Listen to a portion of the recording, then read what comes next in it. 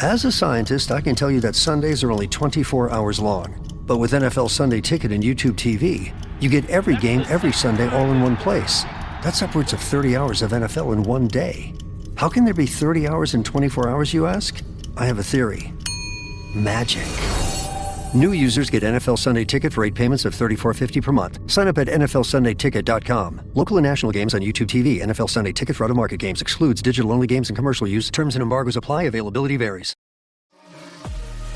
This episode is presented by State Farm. Having insurance isn't the same as having State Farm. It's like expecting the leadership of a team captain on the football field, but getting a sea captain. You wouldn't settle for just anything for your team. Shouldn't it be the same for your insurance? So don't settle for just any insurance when you can go with a leader. State Farm. Like a good neighbor, State Farm is there. War Eagle, and welcome to another edition of Ever to Podcast. This is our regular audio show where we get together with you to catch you up on the latest Auburn news, topics, discussions, things that you need to be aware of when you're out about on social media, just hanging out with your Auburn family. We want to keep you updated on the Auburn experience here, all about Auburn sports, Auburn culture, Auburn family stuff. An easier way to say it, though, is if it's orange or blue, it's what we do. So thank you so much for joining us in what we're going to be doing today, episode 64 of Ever to Podcast. We've got the date today, September 17th, 2025. We're going to be getting into different topics around prepping for that Oklahoma game. We're going to talk about some other football news in terms of some highlights or milestones that have been hit for the season. We've got a schedule update for baseball, some other things that we're going to try to hit as well with all these different topics within this episode. So let's jump into them right now. As always, I'm your host, Kyle Loomis. First thing that I want to talk about today is some football updates for you. As you know, and probably if you've been listening to the show for a while, the kind of pattern we have a press conference on Monday. We usually talk about that on Tuesday. Then usually we get some interviews with some players on Tuesday, which we talk about on Wednesday. So that's where we're at today. Once again, we provide these interviews for you through the athletic department on our YouTube channel. You can also find them on Facebook. So I'd highly recommend you go check them out for yourself, just to hear what the players are saying, what their perspectives are. You heard from different players like Dallas Walker. We also heard from Eric Singleton and a few others. I want to highlight just one thing, because not to say that there wasn't anything else important shared within those different interviews, but I think something that the Auburn family, as we prep for Oklahoma, will find the most interesting.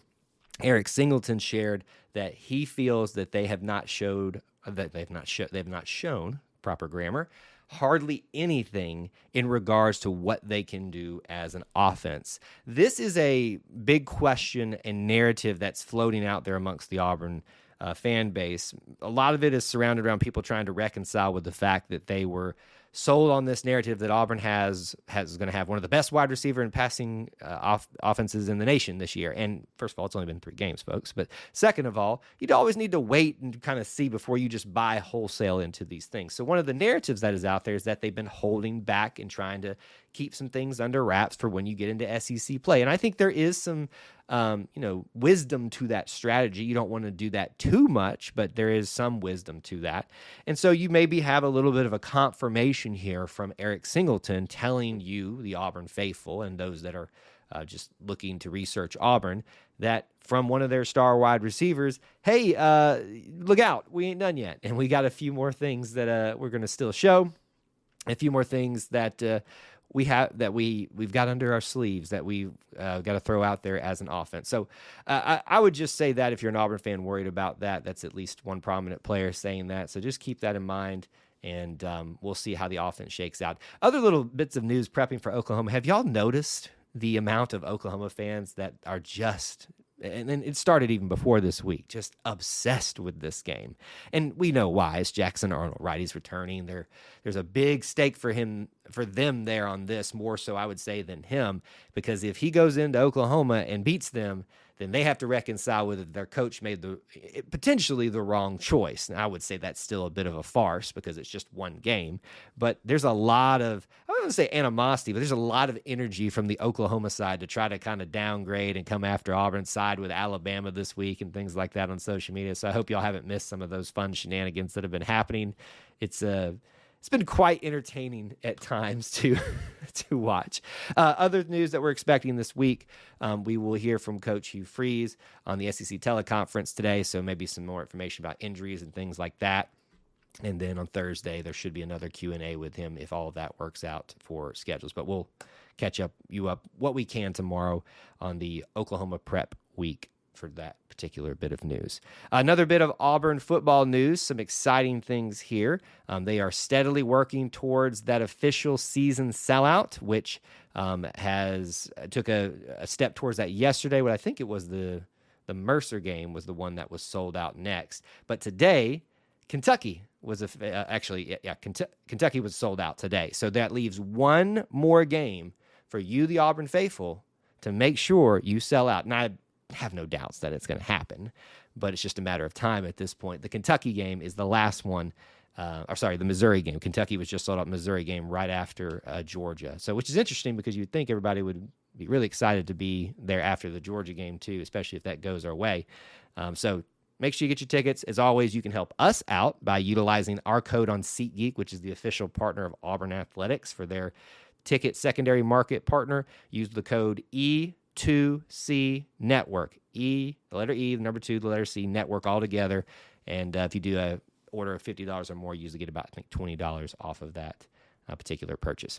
All right, keep moving through some news here. This is something that I missed yesterday that I think is important for people. We always like to talk about the wide Auburn experience here, so you have options and opportunities, because thinking back to the whole surplus sale, so many people told us we didn't know about that. And I said, well, if you listen to the podcast, we're going to keep you updated on those things. So here we are, keeping you updated as much as we can on those particular things. So as you probably remember, it was announced that Auburn's facilities of Jordan-Hare and Neville Arena were going to be utilized with Peachtree Entertainment partnership for a lot of concerts, events, and venues, things like that. The very first one for Neville Arena has been announced. So it's going to be a concert called Campus Nights featuring Josiah Queen, Hovey, and Claire Leslie, coming to Auburn Saturday, November 15th at Neville Arena. You can get the tickets beginning Friday at 10 a.m. AuburnTigers.com will sure share some more things on social media, but AuburnTigers.com is where you want to go for things like that. Now, obviously, I don't know a lot about these individuals coming, but it's obviously a big group with the Peachtree Entertainment partnership and the very first one, so it would be a good thing to show out. And listen, this is obviously a faith-based. I think I would walk away from that description, understanding that way, even not being familiar with them.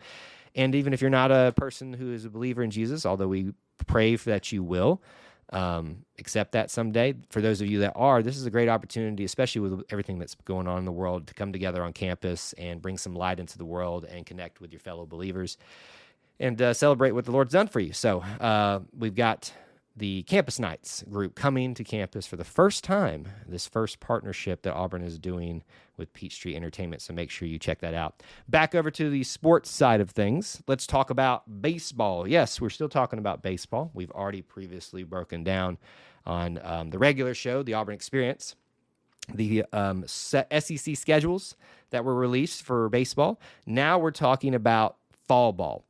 Now, we know banana ball is coming, part of the fall ball schedule. I know y'all are excited about that. Today, Auburn released a statement saying that they are finalizing our fall exhibition schedule. Now, I don't know if that means that they're in the process of finalizing or this is the final piece, because I can't remember a lot of other things. And when I checked, they hadn't updated the actual schedule on the website yet. But Kennesaw State is going to be hosting Auburn Saturday, November 8th. I'm actually looking at my schedule, and if the football game doesn't collide too much with the time, that would be Vanderbilt, I believe, today, if I'm not mistaken. And I would hope to be up there. Auburn's got a game that day away, and I would hope to be up there, maybe checking that out, covering that a little bit. Auburn at Kennesaw State for fall ball. That'll be a lot of fun, and probably will be really great weather up here in North Georgia.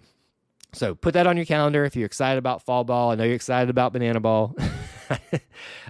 Good luck getting the tickets. That's all I'm going to say. So we'll see if there's anything else for the fall schedule coming out, but it kind of sounds like that may be the final piece with them finalizing the fall schedule for Auburn baseball. And that's just giving you yet another thing to put on your calendar for the Auburn experience. Okay, we got a little bit of time here for a few other things. Let me make sure we hit all of our different topics. I'll give you another piece of schedule that's come out recently, and that's another opportunity for you to remember that Auburn sports isn't just about the NCAA sports. There are club teams that you need to check out, especially when you can be on campus and coordinate those with different times there. You know that we have quite the Auburn wheelchair basketball program or club team and history with that. They've released their schedule. They're going to be playing from November 1st all the way until April 4th.